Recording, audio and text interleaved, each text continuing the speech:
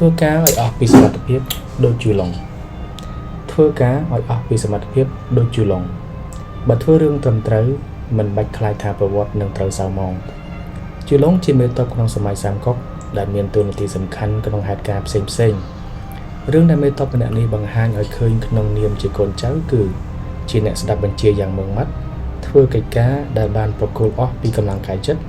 ទោះជាភារកិច្ចនោះពិបាកឬអាចប៉ះពាល់ដល់អាយុជីវិតយ៉ាងណាក៏ដោយការអនុវត្តការងាររបស់ជូឡុងជាគំរូបានបង្ហាញឲ្យឃើញថាការធ្វើការងារពេលខ្លះត្រូវបំភ្លេចរឿងអត្រានៃជោគជ័យឬបរាជ័យទុកមួយឡែកសិនរួចងាកមកមើលថាតើយើងធ្វើបានល្អបំផុតអស់ពីកម្លាំងនិងអស់ពីសមត្ថភាពហើយឬនៅជូឡុងជាមេតបដែលមានមូលដ្ឋានចិត្តស្អាតល្អហើយជាក់ស្ដែងពីដើមគេធ្លាប់ជាមេតបក្នុងទ័ពរបស់អ៊ុនសៀវតែដោយសារអ៊ុនសៀវមានចរិតញញើតនិងគ្មានទឹកចិត្តនោះទើបធ្វើឲ្យជូឡុងត្រូវស្វែងរកចៅហ្វាយនាយដែលមានគុណធម៌ជាងហើយក៏រត់មកស្នាក់អាស្រ័យនៅកុងសុនចាដែលជាម្ចាស់ស្រុកប៉ាក់ប៉េង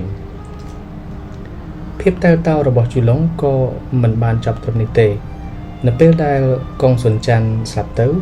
ជូឡុងក៏ធ្លាក់ខ្លួនតែលតោម្ដងទៀតគេថែមទាំងបានក្លាយជាមេចៅព្រៃបន្ទាប់ពីបានសម្លាប់ហ៊ុយហ៊ុនសៀវដែលជាមេចៅចាស់ការបានចូលរួមជាមួយនឹងលាវប៉ៃគឺនៅពេលបានប្រយុទ្ធនឹងជីវឆេងរហូតធ្វើឲ្យជីវឆេងរត់ទៅសុំជំនួយពីគួនអ៊ីក្នុងសភាពឈាមដាបខ្លួននិងបាននិយាយថា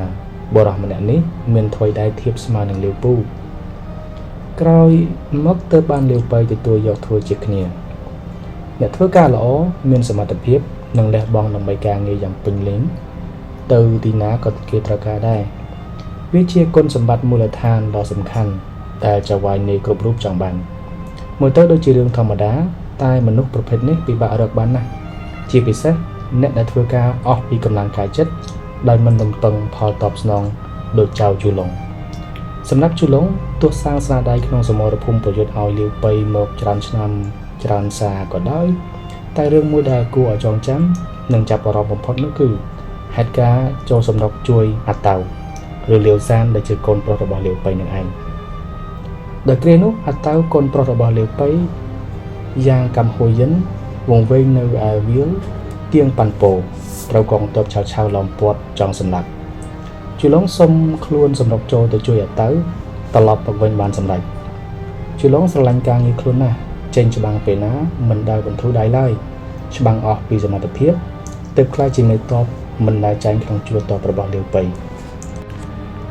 ទោះបីជាមានវ័យចាស់ណាស់ទៅហើយតែចិត្តរបស់ជូឡុងនៅតែក្លេវក្លាមិនខុសពីកាលនៅក្មេង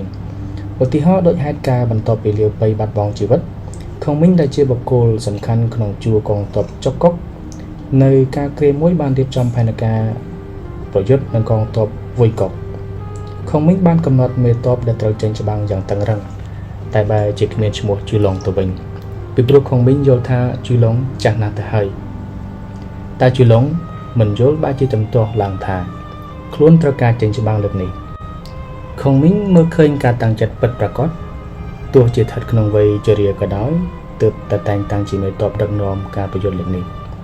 ទីបំផុតជូឡុងក៏ទទួលបានជ័យជំនះក្នុងសឹកសង្គ្រាមជុននគរដោយការតាំងចិត្តអ្នកដែលធ្វើការអស់ពីសមត្ថភាពទោះទៅទីណា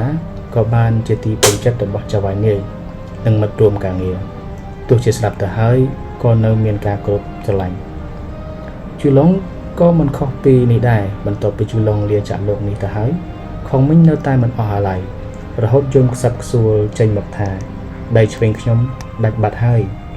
បើនិយាយទៅជូឡុងអាចជាគំរូសម្រាប់កូនចៅនិងចៅហ្វាយនាយទាំងឡាយដែលចង់បានមានសមត្ថភាពលើសលប់ធ្វើការងារអស់ពីសមត្ថភាពមិនរអ៊ូរទាំមិនប្រកែកមិនដណ្ដើមយកមុខមាត់បានជាទីចងចាំទាំងពេលនៅមានជីវិតនិងពេលស្លាប់បាត់ទៅហើយដើម្បីធ្វើជាអ្នកធ្វើការស៊ីប្រាក់ខែដ៏ល្អត្រូវយកគំរូតាមចៅជូឡុងធ្វើរឿងដែលកំពុងធ្វើឲ្យល្អបំផុតតាមសមត្ថភាពនិងសតិបញ្ញារបស់ខ្លួនឯងដែលអាចធ្វើបានរឿងលទ្ធផលការងារជារបស់ដែលយើងមិនអាចកំណត់បាន 100% ពិតមែនតែការតាំងចិត្តវិញវាជារឿងដែលយើងអាចកំណត់បានដោយខ្លួនឯងទោះថ្ងៃនេះមិនជោគជ័យ តែវាក៏ជាមេរៀនសំខាន់សម្រាប់ថ្ងៃអនាគតដែរការតាំងចិត្តជាគ្រឿងជំរុញទៅរកភាពជោគជ័យជីវិតការងារទោះស្ថិតក្នុងឋានៈអ្នកធ្វើការស៊ីប្រាក់ខែម្ចាស់អាជីវកម្មចៅហ្វាយឬអ្វីក៏ដោយបើចង់ជោគជ័យត្រូវតែមានការតាំងចិត្តដូចមានពំនោលមួយពោលថាគន្លឹះសំខាន់នៃភាពជោគជ័យគឺធ្វើថ្ងៃនេះឲ្យល្អបំផុត